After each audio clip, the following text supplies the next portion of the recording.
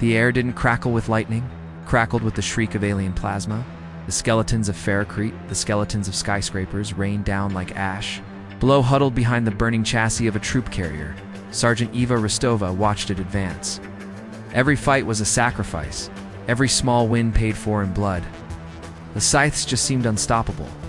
For the first time, the hives would unite their strength. The target.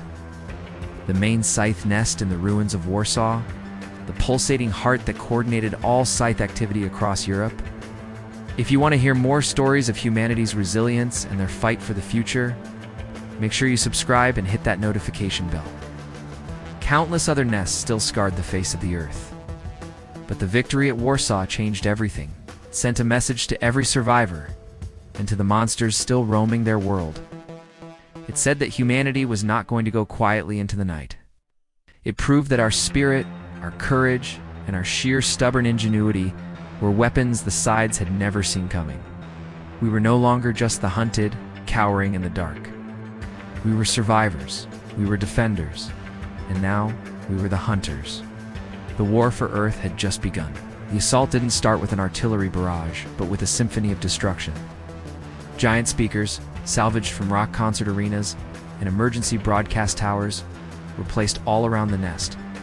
And then, they flipped the switch. A chaotic, modulated frequency ripped through the side's network. The effect was immediate and catastrophic. The invaders' coordinated defense simply dissolved. They became confused, turning on each other in a violent frenzy.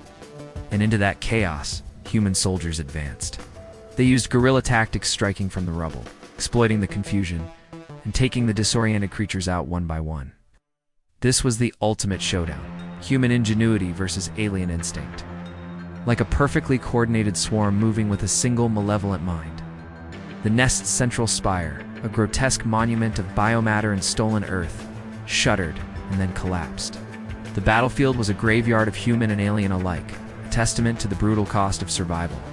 This wasn't a clean victory. It was a messy, bloody, desperate act that pushed humanity to its absolute limit. But they'd done it. They had struck at the heart of their oppressor and ripped it out.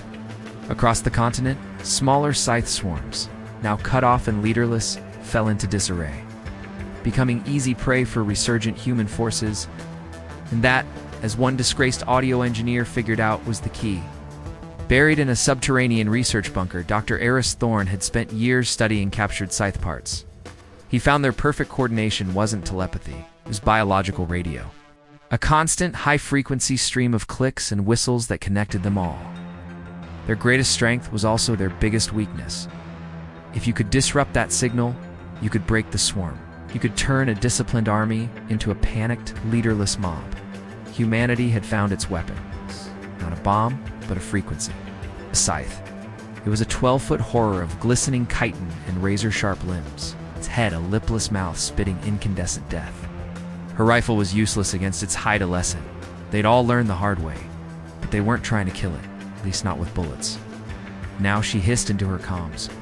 100 yards away, a modified broadcast antenna, powered by a scavenged ambulance engine, swiveled. It didn't fire a missile, it unleashed a sound. A piercing high-frequency wave that hit the scythe like a fist. The monster froze, its limbs twitching, its plasma weapon sputtering. It was confused. And for the first time in a decade, it was vulnerable. It's been 10 years since the sky fell. They didn't show up in grand armadas, announcing their plans for conquest. No, they came like a plague. Silent ships blotted out the sun and seeded our atmosphere with their young, the scythes. Think of them as a locust species on a cosmic scale, just moving from world to world to consume and move on. Their power was absolute, their methods brutally efficient. Humanity's armies, with all our technology, were swept aside in weeks. Their armor impervious to our bullets. Their weapons? They burned through tank plating like it was paper.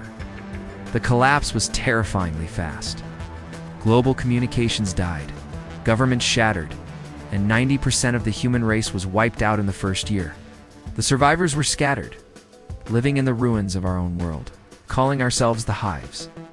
But humanity didn't break. We bent, we bled, but we endured. For years, the Hives fought a losing war.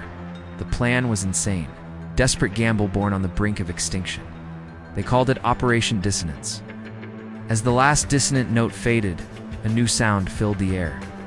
Silence. This was just one battle in a long, brutal war for survival. The war was far from over.